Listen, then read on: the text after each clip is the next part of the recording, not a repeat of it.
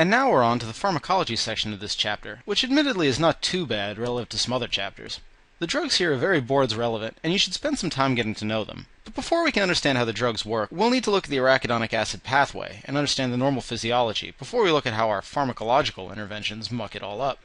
Though it might take a little extra effort, memorizing this pathway should prove fairly high yield, as it tends to be one of the more often tested pharmacological pathways, since aspirin, NSAIDs, and acetaminophen all affect it in some way and are all very common drugs. If you look in this diagram, the whole process begins at the plasma membrane of the cell of many different cells in the body. A single membrane lipid is taken by phospholipase A2 and is converted into arachidonic acid. With this arachidonic acid, there are two directions to go, either down the lipoxygenase pathway or down the cyclooxygenase pathway. The lipoxygenase pathway is simple. Arachidonic acid is ultimately converted into leukotrienes, including LTB4, LTC, LTD, and LTE. LTB4, as you might remember from your pathology chapter, is responsible for neutrophil chemotaxis. This is the L from the mnemonic CILK in the book. The other three, LTC, LTD, and LTE, are all potent bronchoconstrictors.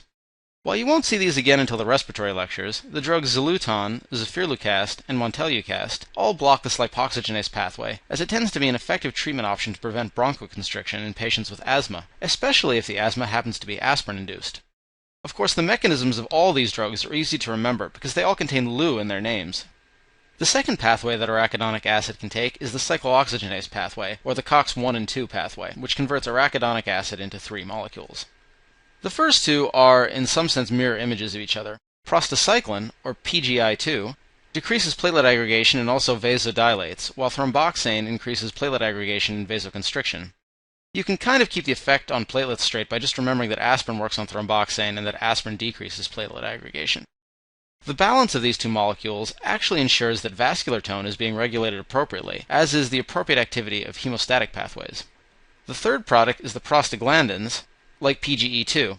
These have a wide variety of effects, including decreased vascular tone, increased pain, sensation, increased uterine tone, and increased temperature. For example, PGE2 is actually the molecule responsible for setting off the neural signals for a fever.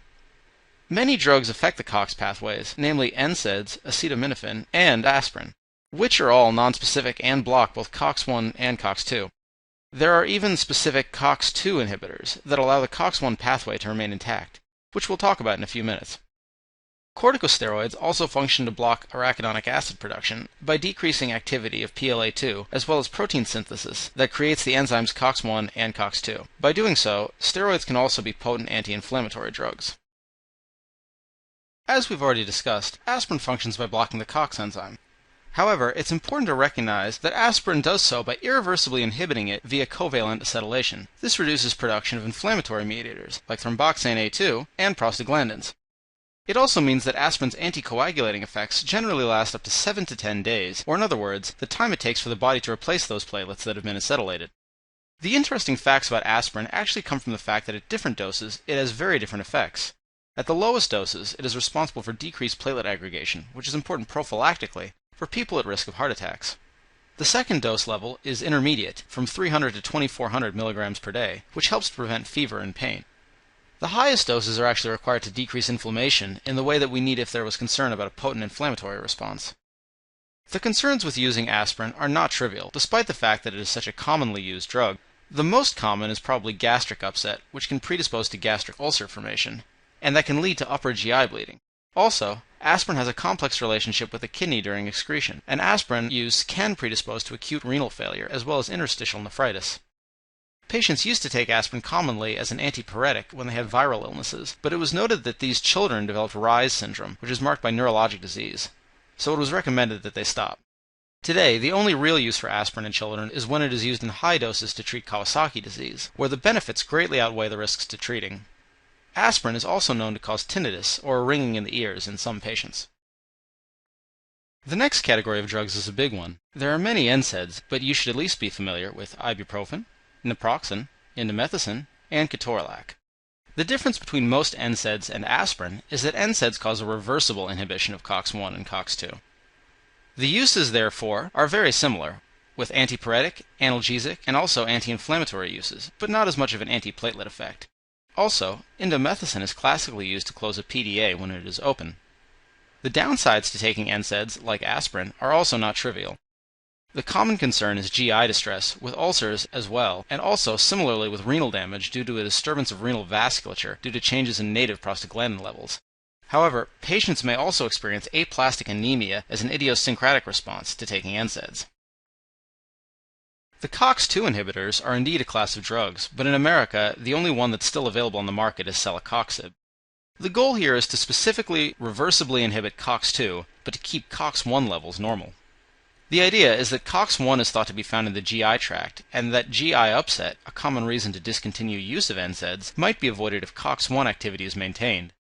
COX-2 is also the isoform that is thought to be more responsible for inflammation and pain anyway, so that is the more important one to block regardless. Clinically, patients with a history of gastritis or ulcers that otherwise can't take NSAIDs may benefit from COX-2 inhibitors if they have chronic conditions like osteoarthritis or rheumatoid arthritis. These are generally the only diseases for which COX-2 inhibitors are prescribed in the US. The concern for COX-2 inhibitors is the highly publicized risk for thrombosis. Also, these are sulfa drugs, so patients with sulfa allergy should not take them. Another commonly used drug for analgesia and antiparesis is acetaminophen. Here, however, the drug functions by reversibly inhibiting COX in the CNS, and not peripherally, where it is made inactive. Therefore, since it cannot get to the sites of inflammation directly to block COX, it has no anti-inflammatory effects, and is not technically an NSAID. However, children with fevers do benefit from this drug to reduce the fever, and avoid the risk of Reye's syndrome. Acetaminophen notably is metabolized in the liver, but this is dependent on the levels of glutathione, which normally neutralizes the toxic metabolites of acetaminophen. If too much is ingested, toxic hepatic necrosis can result, which can be life-threatening. The antidote is N-acetylcysteine, which regenerates normal levels of glutathione. Next, we'll look at an important drug group in the treatment of patients with osteoporosis. Bisphosphonates are a relatively new class of drugs and have a lot of members, including pomedronate, alendronate, and others ending in dronate. The idea is that these drugs will inhibit the activity of osteoclasts, which helps to decrease bone resorption. Clinically, they have been very effective for postmenopausal osteoporosis and have reduced the risk of fractures at multiple sites of the body. These drugs can also be used in other diseases, namely malignancy-associated hypercalcemia and also Paget's disease of the bone. The side effects listed here are classic, and since these drugs are taken relatively frequently, they are probably worth remembering. As with many drug classes, there are nonspecific side effects, like nausea and diarrhea, but more importantly, you can see corrosive esophagitis, because of a change in acid production and reflux. And it becomes important to time the intake of these pills around meals, and also to remain upright for some time after ingestion to help prevent this uncomfortable side effect. Also, it is important to remember that osteonecrosis of the jaw can be a result of bisphosphonate use. This is also a pretty classic side effect. While we did discuss some of the treatment options for gout, including colchicine for acute flares and probenecid and allopurinol for chronic control, we did not discuss why these are effective medications and how they work in the first place to improve symptoms. To begin, colchicine is a drug that is used in acute gout along with NSAID therapy. The idea is that they bind to and stabilize tubulin in microtubules, which decreases polymerization. This helps prevent leukocyte chemotaxis, meaning that leukocytes have difficulty getting to the site of inflammation and inadvertently causing more damage. As a side note, remember that certain chemotherapy drugs also work by altering microtubule function, such as vincristine and vinblastine. The problem with these drugs, despite their efficacy, is that they have awful GI side effects, especially when taken orally.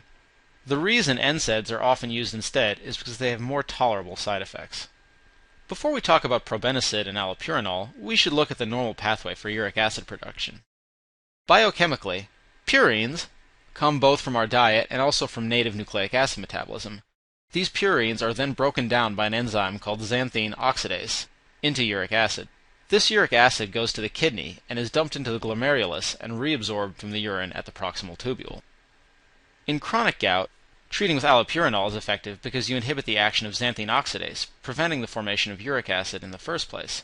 This causes decreased serum uric acid levels. As we discussed earlier, you also use this drug in leukemia and lymphoma to prevent tumor lysis-associated urate nephropathy.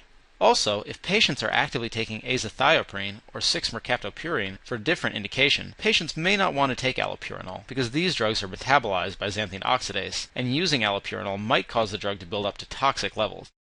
I keep the mechanism of allopurinol straight in my head by remembering that it starts with the letter A for antagonist, which helps me remember that it inhibits the xanthine oxidase enzyme. Probenecid, the other option for treatment of chronic gout, works by blocking the reabsorption of uric acid at the proximal tubule. This allows more uric acid to continue through the nephron and ultimately be excreted in the urine.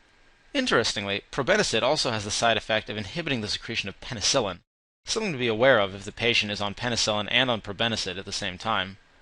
The way I like to remember probenecid's mechanism is to remember it starts with the letter P, and it reduces uric acid levels by making you pee out uric acid. There has been some thought that salicylates like aspirin may improve uric acid excretion, but in fact, this only occurs at very high doses, and it is still only a small effect. At most common doses, salicylates actually serve to increase uric acid retention. The final drug class that will be discussed in this chapter is the TNF-alpha inhibitors. There are 3 of them that you need to know: etanercept, infliximab, and adalimumab. They all do the same thing, which is to block the function of TNF-alpha, but do so differently. Etanercept is a recombinant form of TNF that binds to the TNF receptors, blocking normal TNF from entering these sites. You can remember this by remembering that etanercept is a decoy receptor for TNF. Infliximab and adalimumab, on the other hand, are actually antibodies that serve to mark the TNF molecule for immune destruction. Etanercept and adalimumab have the same indications, including rheumatoid arthritis, psoriasis, and ankylosing spondylitis. Infliximab only differs in that it is not approved for use of psoriasis, but can be used to treat Crohn's disease. As you may remember from earlier chapters, the toxicity of the TNF-alpha inhibitors is that they may predispose to infections because they are modulating an important part of the immune system. The most important of these is a reactivation of latent TB, tuberculosis. This is why all patients who will be started on TNF-alpha inhibitors must have a negative PPD prior to getting treated.